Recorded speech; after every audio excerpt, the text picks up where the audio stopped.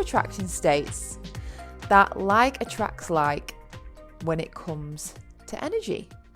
So that just means that whatever you're thinking or whatever you're being will attract that to it. So the frequency of our thoughts and our feelings and our behaviors will attract in the material world with the physical items and experiences. I have got tons of podcasts about manifesting and top tips and all those juicy things. But I want to share with you today the common mistakes that you're probably making when you're manifesting. Okay? And I'd love to know which one resonates with you the most. Number 1, you don't actually know what you want. This might sound completely obvious and so simple, but you'd be so surprised about how many of us aren't really sure what it is that we want. For example, I was talking to a friend of mine a few weeks ago, and she was saying how nothing's really manifesting how she wants it to. And I said, well, what do you want? And she said, I'm not really sure. Like, I think I want to live here, but then it also depends on this, and it depends what comes of that situation. And I think I want to live there actually, but I also love living here. And I was like, whoa. Okay, what do you actually want? And that's why nothing was manifesting. It all has to start with you. You have to sit with yourself and really get to know you and what it is that you want. Not what your friend wants, not what society's telling you that you should have. What do you want? And if you find yourself jumping from one thing to the next and you're trying to manifest things left and right and you're not stopping to focus on one single desire, I'm shattered even thinking about it. But the universe basically thinks that, well, you're not particularly bothered about that one thing. And, well, without that level of focus, you're probably not going to manifest it. So when you don't have your full heart in something, then this is going to be picked up energetically. Now, I don't mean you have to be attached and you have to be like every single moment focused on it. What I mean is you want to feel fully aligned. You want to feel that this is what it is that you want, because vibes don't lie. Trust me, they don't. So the solution to this is to take some time to sit in nature and explore what it is that you want. Like if you're a busy mum, you're thinking, what the heck are you going on about? I've got no time. Make the freaking time. The reason why you're not where you want to be is because you're not giving yourself time to stop and listen and be. And then it's important that you narrow down on a desire and you really connect with it. Rather than just picking something out of the blue just for like the sake of it. It's like, why do I really want this? What impact would this make in my life? How do I feel as a result of it? Really getting clear. Like I only have 2 or 3 focuses in my life. You know, I have my mission and my purpose. I have my partner, and I have my health. They're like the top 3. I've also got like my friends and my family and the community, but those are like my absolute non-negotiables. And, you know, you might have several desires that all want to get done at once, right? I have like 8 life choices that I've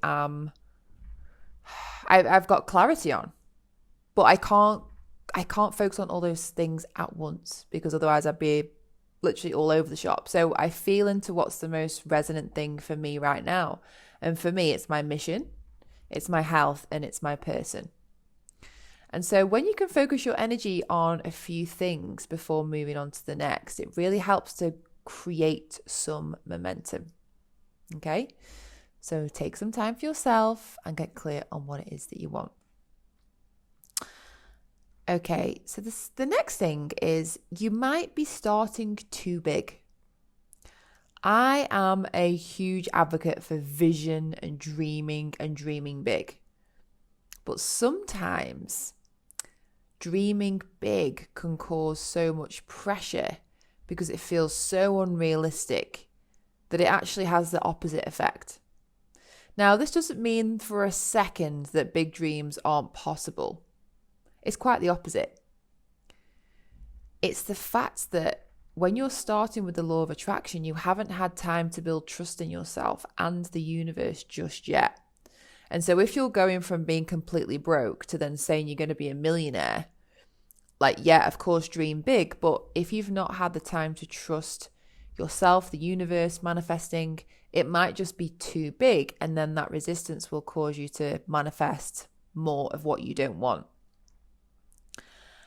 So the solution for this is to start small. So you dream big, but you start small. And I train my team on this when we're setting goals every 90 days is think big, but start small with the daily disciplines. So just start exploring your manifesting powers by gradually starting to increase your desire. You know, you might be sat here thinking, right, I want to manifest a date with someone this week. That's what I want. Yeah. And then you manifest a date and it's amazing. And then you think, right, okay, I want to manifest being taken away for a 4-day weekend with a hot guy now. Yeah. And then it builds and it builds and it builds and it builds. And yeah, just starting small every day and just understanding and building that trust in the small actions. The next one is that you just really do not like where you are. You're really dissatisfied with your current reality. Now, you might be thinking, well, of course, I don't want to be where I am. That's why I'm listening to this podcast to change my life. But the thing is, you can only manifest from a place of feeling good. Your current reality is actually an old manifestation. So the thoughts and the feelings that you have been embodying the past few months are now showing up. And so you can't get from where you are to where you want to be feeling like you do. If you're feeling pissed off and like, why the heck am I still here? I'm so peed off, like this has happened. You're telling all the stories, you're stuck in the past. It's just like blame. Like you're not in a good place to move forward. So for manifestation to work, your desires shouldn't be rooting in your current dissatisfaction, your current reality, but instead rooted in the future. Okay, so this is really important to understand is you're present in the now, but you're creating from the future. So you're not actually living in the future. You're not living in the past. You're here right now, but you're embodying the future now. Because the future is only created now. So whatever you're doing right now, whether you think it's moving you forward or not, will create your future in the next few months. So if you feel dissatisfied and pissed off, if you're blaming people, that's going to be your future in the next 90 days. So you have to bring that future you, that future version of you that already knows it's done, that fully believes and embodies what it is that you want, those feelings, those beliefs, and you bring that and you embody that into the now. Any form of dissatisfaction will show up energetically and you'll just attract more of the same.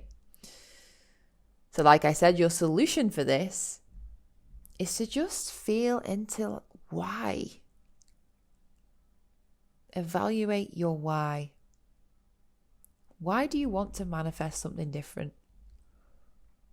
And what are you grateful for right here, right now? What can you find gratitude for? What are the positives in your life?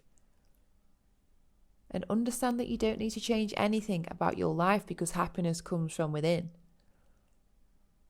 And I say this as I'm sat here in Bali, not feeling like 100% my normal energetic self. And that's because I'm letting my environment dictate how I feel. And so even doing this podcast, I'm like, right, Kim, I need to create heaven on earth within my body. I need to create this energetical, magical feeling now because I want my future to be full of magic, even though we're in lockdown and I'm not able to do what I would normally love to do. And so accepting where you are, but being excited for more is the really great spot. Being happy and grateful for where you are, but excited for more.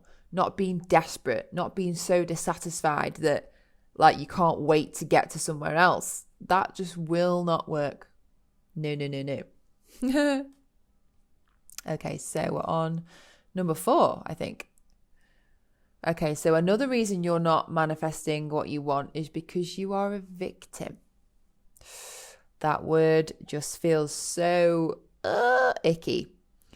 And when I heard that, I was like, I am the least victim person ever on the planet. I'm not a victim. I am so freaking independent. I am a warrior. And then my friend explained the victim triangle to me. And I was shocked at the fact that I was actually a victim. And so if you imagine an upside down triangle and the point in the middle at the bottom is the victim, and the point on the right hand side is the rescuer. Now, I had no idea that I was doing this, but I was over rescuing people. I, for most of my life, have been trying to make people like me by doing things for them, rescuing them, going above and beyond, literally doing anything to get anyone to like me. Now, what happens as a byproduct of that is I feel tired and disconnected, and oh my God, like I've helped them achieve this and then they've just ignored me. Another example, my friend Stephanie, she got her bank cards swallowed up in the cash machine in Bali, and she was asking people for help to get cash out. And I was like, yeah, I'll help you. I'll go get cash out.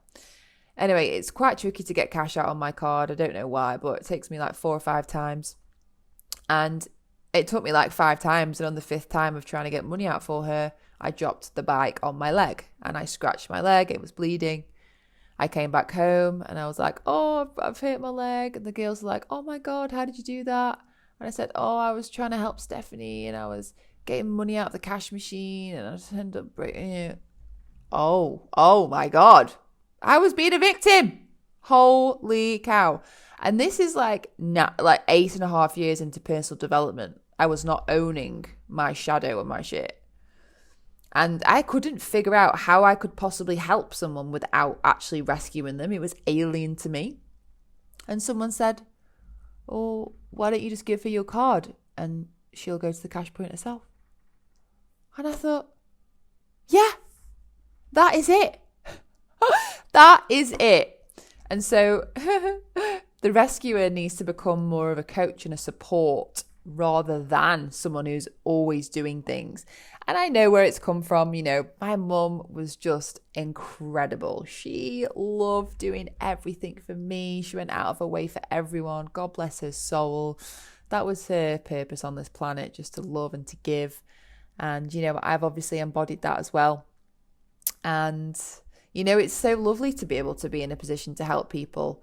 But it's when you then start to become a victim because of that, which is wrong. And then you've got the other end of the spectrum, which is the prosecutor. You're blaming, you're complaining, nothing ever good happens to me. I mean, she's got 10,000 followers, of course she can manifest.